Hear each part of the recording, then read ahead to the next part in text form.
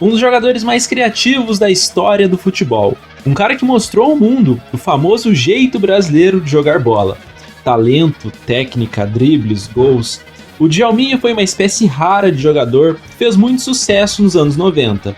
Seu temperamento explosivo também foi uma grande marca na carreira dele, que deixou de ir a uma Copa do Mundo por conta disso. Hoje a história dele, de Djalminha.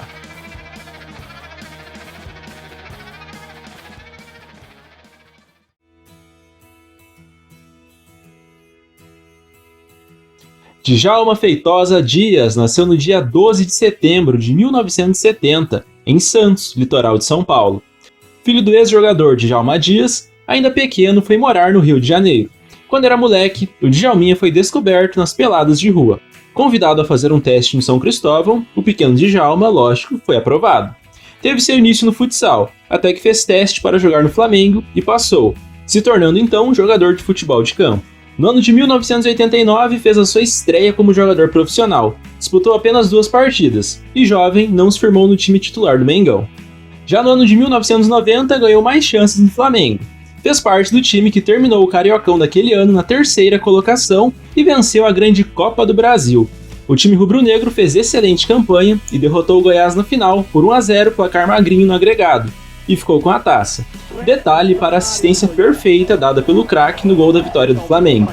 Nessa temporada, o Djalminha jogou 41 jogos e marcou 7 gols. Vem fora na área, subiu a cabeçada e o gol! Já no ano de 1991, o Flamengo foi vice-campeão da Supercopa do Brasil e acabou o Brasileirão só na 9ª colocação. Mas o ano não foi de todo ruim, pois o clube venceu a Copa Rio e também o Campeonato Carioca, ao derrotar o Fluminense na final. O Djalminha, ainda jovem, continuou a jogar muito bem nesse ano de 91. Ele disputou 26 partidas e marcou 3 vezes. Em 1992, o Fla conseguiu novamente chegar até a decisão do Campeonato Carioca, mas dessa vez ficou apenas com o vice. Porém, o ano teve uma conquista enorme, que foi o Campeonato Brasileiro. A conquista teve um gosto ainda mais especial por ter sido diante do rival Botafogo na grande final. Mais um ano e mais um título para o Djalma com a camisa do Mengão. Em 93, continuou no Flamengo. Nesse ano, aliás, ele protagonizou uma briga dentro do campo com o já experiente Renato Gaúcho. Simplesmente uma discussão, mais nada disso. Quer dizer, se pedir para marcar é uma ofensa, então vou pedir para ficar fora do time. Eu acho que pode reclamar, mas sem o xingamento. E foi um lance que tanto eu quanto eles, nós estávamos de cabeça quente. O Mengão, por sua vez, não ganhou títulos nesse ano. Buscando ainda mais minutos em campo e novos ares, uma proposta do Guarani de Campinas foi vista com bons olhos pelo jogador e pelo clube. Então, ainda neste ano, o meia deixou o Rio de Janeiro rumo ao interior paulista para defender o Bugre. A princípio por empréstimo, mas ele nem chegou a retornar ao Flamengo. Sendo assim, com a camisa do Mengão, o Djalminha disputou 129 partidas, marcou 28 gols e ganhou 4 troféus.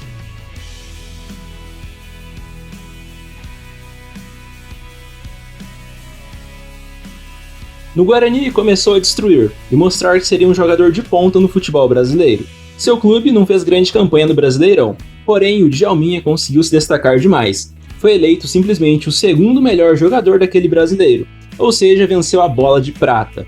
Diante desse desempenho, o Bugre não pensou meia vez ao assinar em definitivo com ele para o ano de 94. E aí, nesse ano de 1994, ele jogou muita bola, fez um baita paulistão e continuou arrebentando no brasileiro, quando acabou sendo vendido ao futebol japonês, num acordo muito vantajoso financeiramente para ambas as partes. O clube em questão foi o Shimizu S-Pulse, e lá o Djalminha teve dificuldades de adaptação num contrato, para a sorte dele de apenas 6 meses.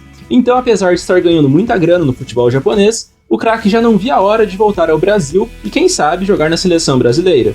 No clube do Japão foram só 11 jogos e 4 gols marcados. O retorno ao futebol brasileiro foi justamente para defender o Guarani. A campanha do time no Campeonato Paulista foi boa, uma 5ª colocação. Nesse ano, o meia teve a companhia de atacantes de respeito, que nessa época eram jovens, Amoroso e Luizão, uma dupla fenomenal que estava despontando para a bola. Foi atuando pelo Guarani, também, que o Djalminha começou a dar as suas famosas cavadinhas quando ia bater pênalti. Apesar do Bugre ter feito uma campanha ruim no Brasileirão, o jogador conseguiu um contrato com a Parmalat para defender o fortíssimo Palmeiras no ano de 1996. No Guarani, o Djalminha disputou 92 jogos e marcou 44 vezes.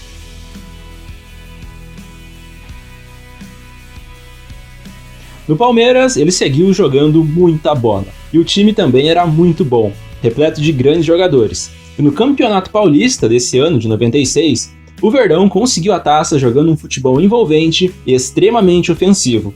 Prova disso foi que a equipe marcou 102 gols em apenas 30 partidas ao longo do torneio e conquistou aquele estadual com todo o merecimento do mundo.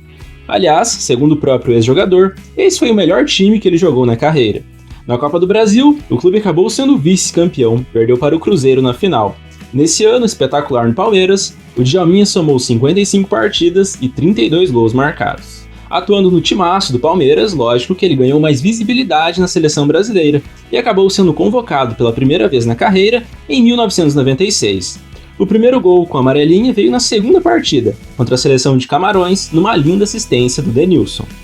Estava pedindo no primeiro tempo, passou por todo mundo, botou Djalminha na cara do gol. Giovani também estava por lá também.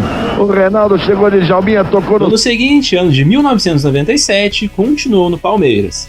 O time manteve a boa regularidade e fez boas campanhas em todas as competições que disputou, mas não venceu nenhuma. Chegou até a ser finalista do Brasileirão, mas perdeu para o Vasco no final do ano. A essa altura, o Djalminha já havia deixado palestra rumo ao futebol espanhol. No Palmeiras, ele somou 83 jogos, marcou 45 vezes e ganhou um título. Diante da ótima fase, foi convocado para jogar a Copa América de 1997. O Brasil passeou, fez uma campanha impecável e com um time repleto de craques em todas as posições, venceu aquele torneio. O Djalminha não era titular, uma vez que a concorrência na posição dele era um negócio simplesmente absurdo. Ele jogou em 3 partidas e marcou 2 gols.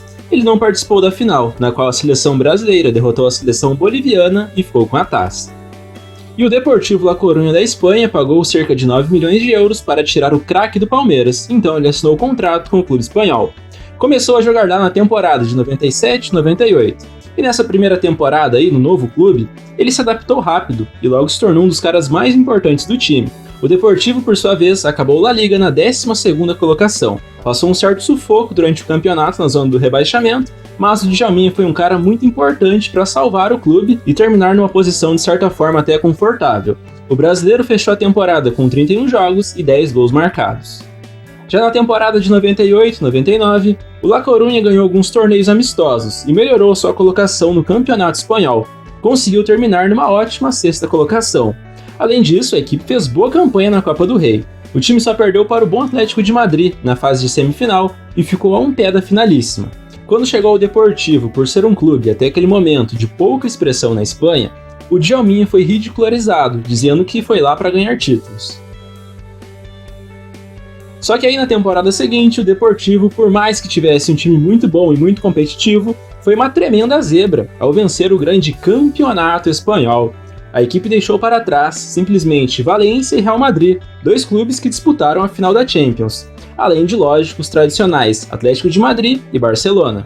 Com 5 pontos de vantagem sobre o próprio Barça, o Deportivo levou aquele título nacional com muito mérito.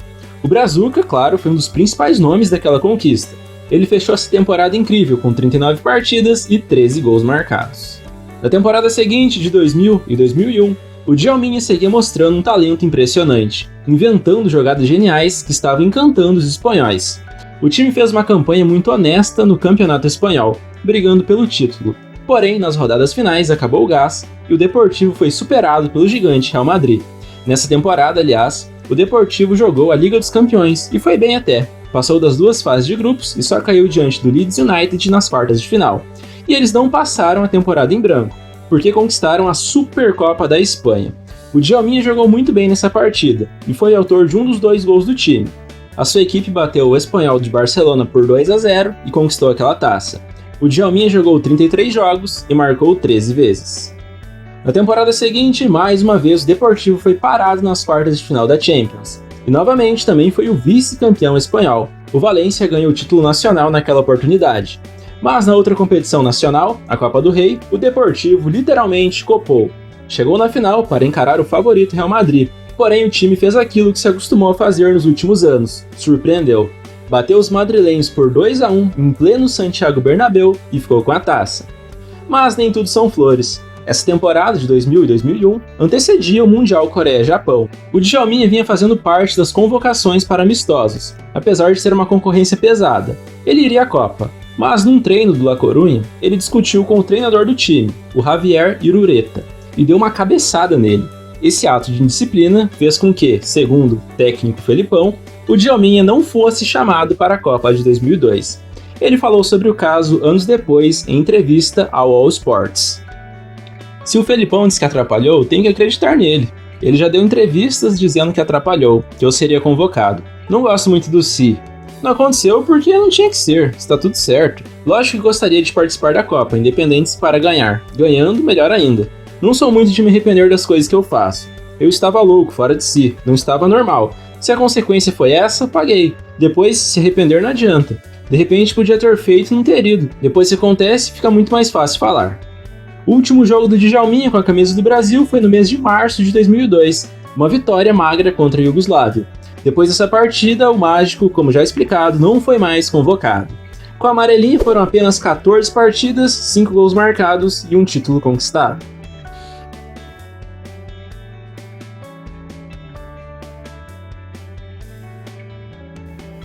Enfim, certo que depois da confusão, o ambiente ficou complicado no Deportivo. Então o Meia foi afastado do time e emprestado a uma equipe da Áustria, o Áustria Viena. Antes de ir embora, jogou só um jogo na temporada de 2002-2003 pelo La Coruña. Foi justamente a Supercopa da Espanha, na qual o Deportivo passou o carro no Valência e ganhou mais uma taça. Venceu por 4-0 no placar agregado. No clube austríaco, já bastante experiente, o Djalminha somou bastante a equipe, que conseguiu varrer todos os títulos possíveis dentro do país. Venceu a Supercopa da Áustria de 2000, ganhou também a Copa da Áustria na temporada e fechou o triplete com a conquista da Liga Nacional, do Campeonato Austríaco. Lá o início até foi bom, mas no período do inverno, o Djalminha teve muitas dificuldades de se adaptar às baixas temperaturas. No time foi bastante inconstante e jogou poucas partidas durante os 90 minutos, então acabou retornando ao Deportivo quando a temporada acabou. No Áustria Viena, Djalminha disputou 12 partidas, marcou 3 gols e ganhou 3 títulos. De volta à sua casa e muito querido e idolatrado pela torcida, o Djalminha não jogou tão bem, mas foi um cara bastante importante nas campanhas que o Deportivo fez na temporada. A equipe terminou o Campeonato Espanhol na 3ª colocação, ficando à frente até do badalado Real Madrid. Além disso, o time fez uma campanha histórica na Liga dos Campeões, quando reverteu uma vantagem de 4-1 do Milan, ou seja, perdeu de 4-1 na ida e venceu por 4-0 na volta, isso nas quartas de final da Champions. Na semi, sem o Djalminha, o time perdeu para o campeão Porto. Ao final da temporada, o jogador acabou deixando o Deportivo para desfilar seu talento no futebol mexicano. Em solo espanhol, o craque disputou 186 jogos, fez 50 gols e ganhou 4 títulos.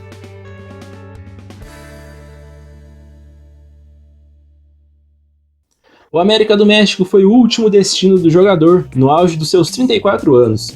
Ele optou por esse centro, pois no Brasil seria cobrado como um cara jovem para decidir jogos. Num clube tradicional, conseguiu vencer a Supercopa do México de 2004, também conhecida como Campeão dos Campeões. E como jogador profissional, no América, o Djalminha jogou as últimas partidas da sua carreira. Ele se machucou no jogo contra o Pumas e simplesmente parou de jogar. Então, no ano de 2004, o jogador encerrou sua carreira. No América, o brasileiro jogou 10 partidas, marcou um gol e conquistou um título. Atuando por clubes, o Djalminha somou 523 partidas, fez 175 gols e ganhou 13 troféus. Depois que parou de jogar profissionalmente, o Djalminha entrou para o showball, uma modalidade um pouco diferente do futebol de 7, que contava com diversos ex-craques que há pouco haviam parado de jogar também, assim como o Djalma. E claro que ele deitou demais, ganhou diversos títulos com a camisa do Flamengo e, óbvio, colecionou também as suas brigas. Olha, o Djalminha tem que ficar 2 minutos fora, né? O Djalminha tem que ficar 2 minutos fora, né? Olha o que o Djalminha tá fazendo.